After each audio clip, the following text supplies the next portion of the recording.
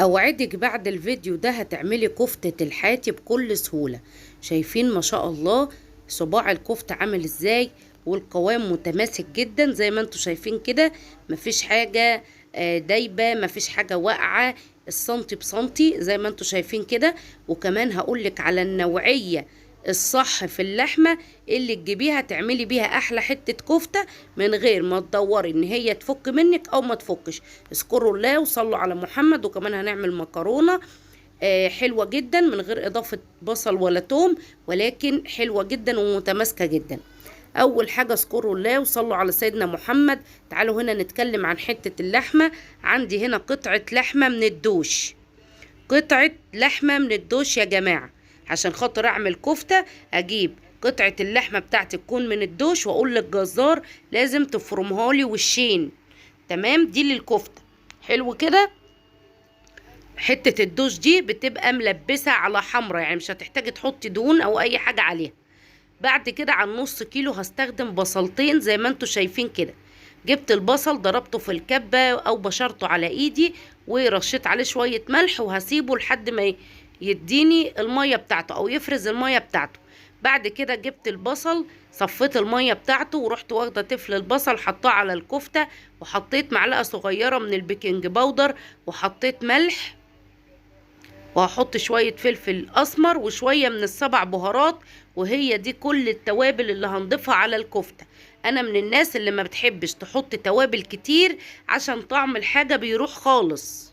تمام. بعد ما ضفت الاضافات اللي قلت لكم عليها دي، بدأت بقى بايدي ان انا امسك حتة الكفتة واعجن فيها بايدي كده لحد ما تسمغ معايا، واتأكد ان كل البصل والتوابل واللحمة تجانسوا مع بعض، يعني تجانس تام، يعني دخلوا كده مع بعض وكله اتشرب من كله. ما شاء الله مش محتاجة ان هي تتحط في تلاجة، ولكن سبتها 5 دقايق تريح من العجن. تعالوا هنا بقى. جبت عندي هنا مية البصل اللي صفيته، حطيت عليها معلقة صلصة، وهحط عليه رشة من الفلفل الاسود، وهحط عليه معلقة صغيرة من الزيت، وهبدأ اقلب الخليط ده كده زي ما انتوا شايفين. بعد ما ضفت رشة الملح ورشة الفلفل، وهنركنه على جنب عشان هستخدمه في تصبيع الكفتة عشان يعزز لي اللون ويديني طعم. جبت هنا عصيان ستيكس الصغيرة دي، عصاية ستيكس. لو ما عندكيش حابة تصبعي على معلقة حتى تصبعي. جبت عصايتين ستيكس زي ما انتوا شايفين كده، وبدأت اخد حتة لحمة كبيرة محترمة كده، وبدأت ان اصبع، وبقيت ابل ايدي في مية البصل مع معلقة الصلصة اللي عملتها معاكم دي. هتدي لون حلو جدا تحفة للكفتة، وهيبقى شكله حلو. ادي الصباع بعد ما عملناه على صينية الستيكس، قصدي على صوابع الستيكس او الاعواد الخشبية او عصيان الشيش طاووق حسب ما بتسموه. عندي هنا صينية كبيرة واخدة العصاية كلها زي ما انتوا شايفين كده، دهنتها زيت، وبدأت اني اصبع فيها. في ناس بتحط سمنة كده هتبقى كفتة صينية، اللي انا بعملها دي كفتة حاتي. تمام، كفتة الحاتي المشوية يا بنات. هرصها كده شوية بشوية جنب بعض كده لحد ما اخلص الكمية بالطريقة اللي انتوا شايفينها دي. طبعا كل لما اصبع ابل ايدي في مية البصل والطماطم. عندي هنا كيس مكرونة الملكة، انا بحب استخدم الملكة، ودي الملكة لما طوروها يعني اليومين دول. مية بتغلي على النار، هحط فيها معلقة من الخل، وهحط فيها ملح، وهبدأ اسلق المكرونة. عايزين تكسروها كسروها، عايزين تسلقوها مرة واحدة اسلقوها. انا كسرتها على 2 كده زي ما انتوا شايفين. هسلق المكرونة 3/4 سوا، وهخلي الربع الاخير. تعالوا بينا بقى اقول لكم هعمل ايه. هجيب كوباية او مج كده زي ما انتوا شايفين، وهاخد كوباية من مية سليق المكرونة دي قبل ما اصفيها. دلوقتي انا صفيت المكرونة، جبت هنا عندي الحلة، حطيت فيها شوية من الزيت بالطريقة اللي انتوا شايفينها دي. هوريكم بقى ازاي نظبط صلصة المكرونة. وكوباية مية المكرونة دي بتخليه الصوص بتاعي رابط وتحفة. طبعا انا ما حطيتش بصل او توم في المكرونة، كفاية ان الكفتة فيها بصل. تمام. حطيت معلقة صلصة وضفت شفشق من عصير الطماطم او شفشق الا ربع، واحط شوية من السكر، حوالي معلقة من السكر كبيرة عشان تعادل حموضة الصلصة وتخليها خفيفة على المعدة.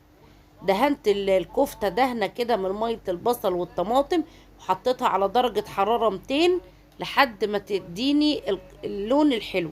تعالوا هنا نعمل شوية طحينة عشان الأكلة بتاعتنا تكمل. دي الطحينة الخام اللي كنت عاملاها معاكم.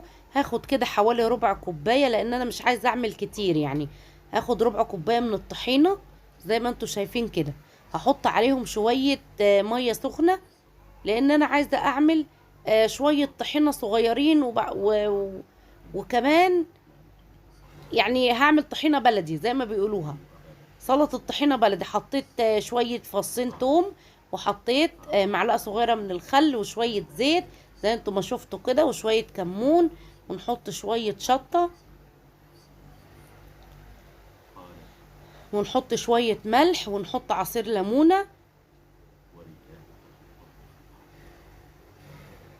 وحطيت شوية بابريكا صغيرين. وانصحكم ما تحطوش بابريكا للطحينة لان انا بحب لون الطحينة ابيض كده، وبحس ان البابريكا بتغير اللون بتاعها.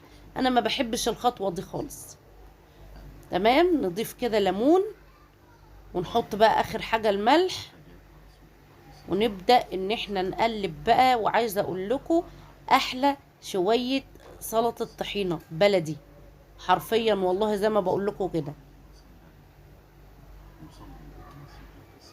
نقلب، وربع كوباية المية السخنة ننزل فيها شوية بشوية. احنا مش هنستخدم ربع الكوباية كلها. بصوا حسيت هنا ان الطحينة خفت شوية، فضفت معلقة تاني من الخام. طالما الحاجة عندك في بيتك تحت ايدك تقدري تتحكمي فيها. نقلب، وكده جاهزة عندنا احلى صوص سلطة طحينة بلدي من غير مكونات اضافية او خزعبلات او زبادي او اي حاجة من دي. قوام مظبوط جدا وكده تمام. هنا بقى جبت طبق وفرشت فرشة بقدونس عشان اطلع الكفتة بتاعتي. بعد ما الطماطم اتسبكت كويس جدا زي ما انتم شايفين كده واللون بتاعها ما شاء الله، رحت جايبة كوباية مية سليق المكرونة ونازلة بيها على الصلصة، وهخليهم ياخدوا كام غلوة في بعض عشان خاطر المكرونة كده تبقى متشربة كلها. كمل ربع تسوية المكرونة الفاضل في الصلصة. تعالوا هنا نبهر بقى صلصة المكرونة. هحط مكعب من المرقة، وهحط فلفل اسود وشوية شطة، وطبعا الملح على البوتاجاز زي ما انتوا شايفين كده. انا بولع حتة فحم عشان خاطر اضيفها للكفتة عشان اخد ريحة الحاتي بقى. سوينا فرن ناخد ريحة حاتي. تمام. دلوقتي بقى جبت صينية الكفتة وحطيت ورقة فويل كده، وهبدأ احط معلقة من الزيت، وهكتمها بقى بصينية بورق فويل، اي حاجة متواجدة عندك عشان خاطر بعد التسوية الجميلة دي عايزين بقى ايه ندي ريحة الحاتي الخطيرة.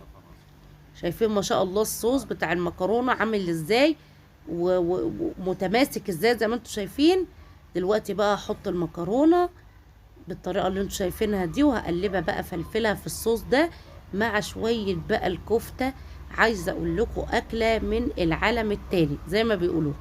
اهم حاجة ما حطيناش مكونات خزعبلية كتير، ما ضفناش اضافات مش موجودة عندنا، ما بعتناش جبنا حاجات من بره. وكده بقى خلص الفيديو بتاعي. لو وصلت معايا لحد هنا اذكر الله، صلي على سيدنا محمد، وادخلي اشتركي في القناة على اليوتيوب طبخ ومعلومات مفيدة مع هدير. وما تنسيش متابعة الفيسبوك عشان تجربي الكلام الحلو ده. وشفتي الكفتة المتماسكة، عمرك ما هتفشلي تاني في عمايل الكفتة ولا هتفك منك، مع احلى شوية مكرونة وشوية سلطة الطحينة. اشوفكم على خير. السلام عليكم ورحمة الله وبركاته.